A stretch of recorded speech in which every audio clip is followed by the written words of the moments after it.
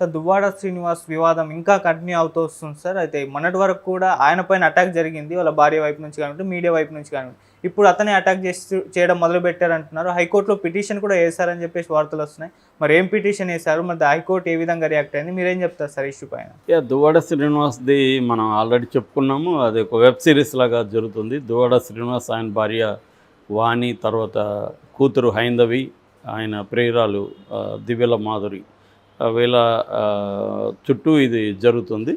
దివ్యల మాధురి భర్త ఒకసారి మాత్రమే వీడియోలో మాట్లాడి తను సైలెంట్ అయిపోయాడు. ఏదేమైనా లేటెస్ట్ పరిణామాలు చూసుకున్నప్పుడు వాణి మళ్ళీ ఆరోపణలు. వాణి అండ్ కూతురు 12 రోజులుగా దువ్వాడ ఇంటి ముందు టెంట్ వేసుకొని వాళ్ళు నిరసన దీక్ష చేస్తున్నారు.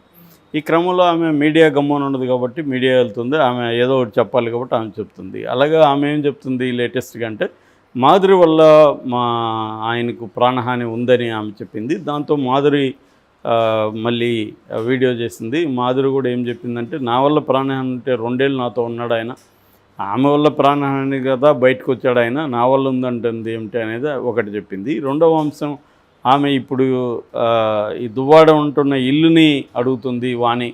ఆ ఇల్లుకి సంబంధించి నేను 2 కోట్లు ఇచ్చాను నిర్మాణానికి, ఆ 2 కోట్లు నాది కాబట్టి ఆ దువ్వాడ ఉంటే నేనేం అడగను, నాకు ఆ 2 కోట్లు అవసరం లేదు. కానీ వానికి ఆ ఇల్లు ఇచ్చేటే ఉంటే మాత్రం నేను కూడా వచ్చి ఆ ఇంట్లో కూర్చుంటా, ఎందుకంటే నాకు కూడా వాటా ఉంది, నేను 2 కోట్లు ఇచ్చాను అని ఆమె చెప్పింది. అట్ ద సేమ్ టైం ఆమెకు యాక్సిడెంట్ అయిన తర్వాత బ్రెయిన్లో బ్లడ్ క్లాట్ అయింది కాబట్టి డాక్టర్సు మీడియా ముందుకెళ్ళి, నువ్వు ఎగ్జైట్ అయితే అది ఆ బ్లడ్ క్లాట్ ఇంకా సివియర్ అవుతుంది కాబట్టి ప్రశాంతంగా ఉండాలి అని చెప్పారు. కాబట్టి నేను ఒక 10 రోజుల వరకు సోషల్ మీడియా వైపు రానని ఆమె చెప్పింది. ఇక దువ్వాడ నిన్న ఆయన మీడియాతో కూడా మాట్లాడాడు. ఆయన ఏమన్నా అంటే, నా దగ్గర 30 కోట్లు ఉంది, 30 కోట్లు 29 కోట్లు నా కూతురులకి ఇస్తాను, కానీ వాణితో మాత్రం ఉండే ప్రసక్తి లేదు అని. ఎందుకంటే వాణి నువ్వు నీ ఇష్టం వచ్చినట్టు ఎవరితోన్నా ఊరికి కానీ నాతో మాత్రం ఉండని ఆమె చెప్తుంది. ఈ నాతో ఉండనేది ఎందుకు చెప్తుందంటే, నన్ను ఆమె రాజకీయంగా సమాజ్ చేయాలనే ఉద్దేశంతోనే చెప్తుంది అనేది దువ్వాడ ఆరోపిస్తున్నాడు. గతంలో కూడా నన్ను టెక్కల నుంచి తరిమేయాలనే ప్లాన్ చేసింది, తనకి రాజకీయ ఆకాంక్షలు ఉన్నాయి, అందుకని నా మీద ఇలా చేస్తుంది అనేది ఈయన చెప్పాడు. నేను డబ్బులైనా ఇస్తాను కానీ నేనైతే ఆమెతో ఉండే ప్రసక్తి లేదన్నాడు. దానికి సంబంధించి ఒక లాయర్ ద్వారా విడాకుల నోటీసు కూడా వానికి పంపించాను. సో లాయర్ సలహాతోనే ఇప్పుడు ఆమె ప్లేట్ ఫిరాయించి నాతో ఉండండి చాలు అంటా ఉంది. అంటే విడాకులు తీసుకోవడం ఆమెకి ఇష్టం లేదు, విడాకులు ఇవ్వడం. కాబట్టి గోల్ చేస్తే రేపు కోర్టులు విడాకులు ఇచ్చే అవకాశం ఉంది కాబట్టి లాయర్ ఆమెకు సలహా ఇచ్చాడు. దాంతో ఆమె ప్లేట్ ఫిరాయించి మీరు నాతో ఉంటే చాలని నన్ను ఏదో ఆమె గొప్పగా చూసుకుంటున్నట్టుగా, ఆమె బాగా చూసుకుంటూ నేను ఎందుకు బయటకు వస్తాను అసలు అని అతను చెప్తున్నాడు. సో నా కూతుర్ని కూడా రెచ్చగొట్టి వీళ్ళిద్దరు చేస్తున్నారు, కానీ ఆమె ఏమీ ఆపట్లేదు పోరాటం. రెండోది, తను దువ్వాడ శ్రీనివాస్ టెక్కలి పోలీస్ స్టేషన్లో భార్య కూతుర్ల మీద కేసు ఫైల్ చేశారు. ఇలాగా వాళ్ళ నుంచి నాకు ప్రాణాపాయం ఉంది, వాళ్ళ చుట్టూ ఉన్న వాళ్ళు దాడులు చేసే పరిస్థితి ఉంది, ఆల్రెడీ నా ఇంటి మీద చాలాసార్లు దాడులకి వాళ్ళు ప్రయత్నించారు, వాళ్ళకి తెలుగుదేశం ప్రభుత్వం అండ ఉంది కాబట్టి నాకు ప్రాణాపాయం ఉందని ఆయన కేసు పెట్టాడు. కానీ టెక్కలి పోలీసులు కేసు పెట్టినా కూడా వాళ్ళు ఎటువంటి చర్య, 12 రోజులు అయిపోయింది కేసు పెట్టి, ఎటువంటి చర్య తీసుకోవట్లేదు అని ఆయన నిన్న హైకోర్టులో పిటిషన్ వేశాడు. ఇట్లా టెక్కలి పోలీసులను ఆదేశించండి, నేను పెట్టిన కేసుని తీసుకొని విచారణ జరిపించమని. దాంతో నిన్న హైకోర్టు జడ్జి గారు BVLN చక్రవర్తి ఆయన అడిగారు పబ్లిక్ ప్రాసిక్యూటర్ని, ఈ కేసులో ఏం జరుగుతుంది అని ఆయన అడిగితే, పెట్టిన తర్వాత మేము ఒక 5 రోజులు అయింది దాన్ని నమోదు చేసుకున్నాం కేసుని, ఆమెకు 41A కింద నోటీసులు జారీ చేశాము, ఆమె వచ్చి సమాధానం చెప్పాల్సి ఉంది అనేది వాళ్ళు చెప్పారు. సో దీని మీద ఆయన ఇచ్చిన కంప్లైంట్ మీద ఎందుకు మీరు చర్య తీసుకోలేదు అని పోలీసులకి ఆదేశాలు జారీ చేస్తారు కౌంటర్ వేయమని. అంటే ఇప్పటివరకు ఏమేమి చర్యలు తీసుకున్నారు? జస్ట్ నోటీస్ ఇచ్చేసి ఊరుకున్నాం అంటే కుదరదు కదా, ప్రాణాపాయమైంది. ఇప్పటికి కూడా ఆయన ఇంటి ముందు టెంట్ వేస్తున్నారు, మరి వాళ్ళని ఖాళీ చేయించడమా ఇంటి నుంచి, ఎందుకంటే ఆయనకి ప్రాణాపాయం ఉందని భయపడుతున్నాడు అనేది కోర్టు ఇప్పుడు అడిగింది. సో ఇప్పుడు ప్రభుత్వం వైపు నుంచి కదలాల్సి ఉంది. ప్రభుత్వం ఏంటంటే ఇది వైసీపీ ఎమ్మెల్సీ కాబట్టి దీన్ని వైసీపీకి యాంటీగా మనం దీన్ని ఈ పర్సనల్ నెరేటివ్ని పొలిటికల్ నెరేటివ్గా ఉపయోగించుకుందాం అనేది తెలుగుదేశం చేస్తుంది. సో గతంలో మొన్నటి వరకు ఆయన ఎవరు మన విజయసాయి రెడ్డి శాంతి ఇష్యూల్ని తెలుగుదేశం మీడియా విపరీతంగా చేసింది. ఆయన చివరికి ఢిల్లీ హైకోర్టుకి వెళ్ళి 9 ఛానల్స్కి సంబంధించి ఆయన కంప్లైంట్ ఇచ్చి ఢిల్లీ హైకోర్టు ఆ ఛానల్స్ వాళ్ళని మందలించి ఆ వీడియోలంతా డిలీట్ చేయమని చెప్పింది. సో ఇప్పుడు దువ్వాడ కూడా అదే మెథడ్లో వెళ్తున్నట్టుగా మనకు కనపడుతుంది. అంటే కోర్టు ద్వారా మాత్రమే మనకు న్యాయం జరగగలదు, ఎందుకంటే ఇక్కడ ప్రభుత్వం మనకి వ్యతిరేకంగా ఆమెను ఉపయోగించుకుంటుంది, ఇది పొలిటికల్ ఇష్యూ అయిపోయిందని.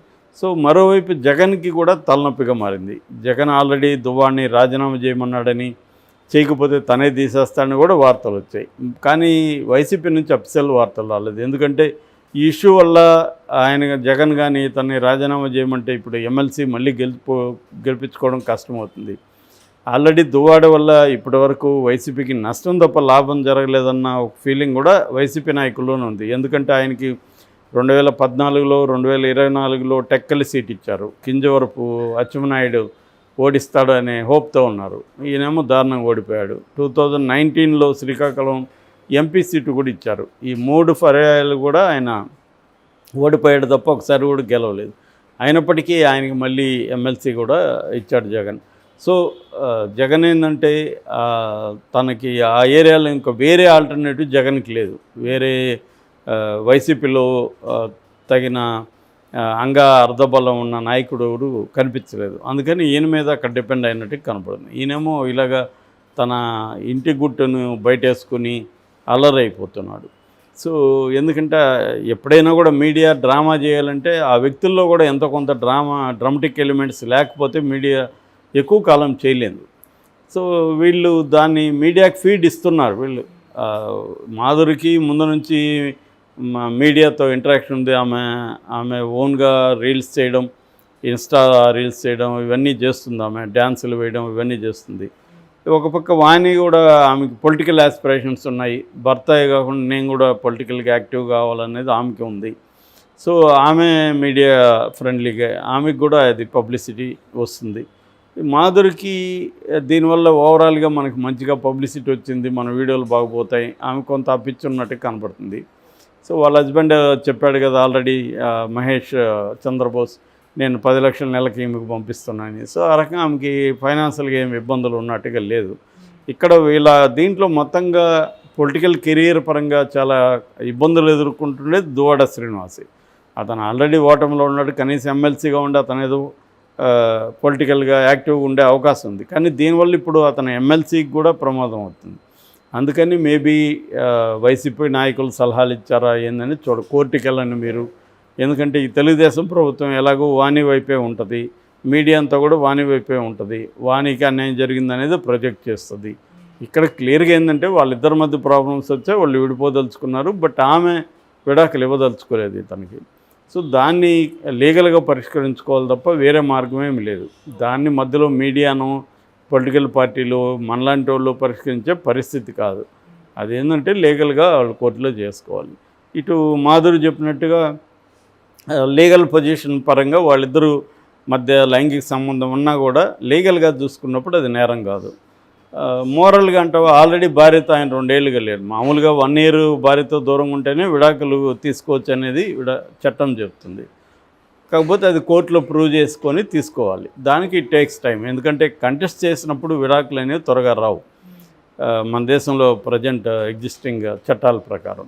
సో అందువల్ల ఇది లీగల్గా తేల్చుకోవాల్సిన విషయాన్ని పొలిటికల్ ఫిగర్స్ కాబట్టి దీన్ని బయటికి తీసుకొచ్చారు. పాలిటిక్స్, ఆంధ్రప్రదేశ్లో పాలిటిక్స్ని బట్టి ఇది ఇంకా నానుతూ ఉంది. సో ఇప్పుడు కోర్టు ఇన్వాల్వ్ అయింది కాబట్టి ఇది కొలిక్కొచ్చే ఆస్కారం కనిపిస్తుంది.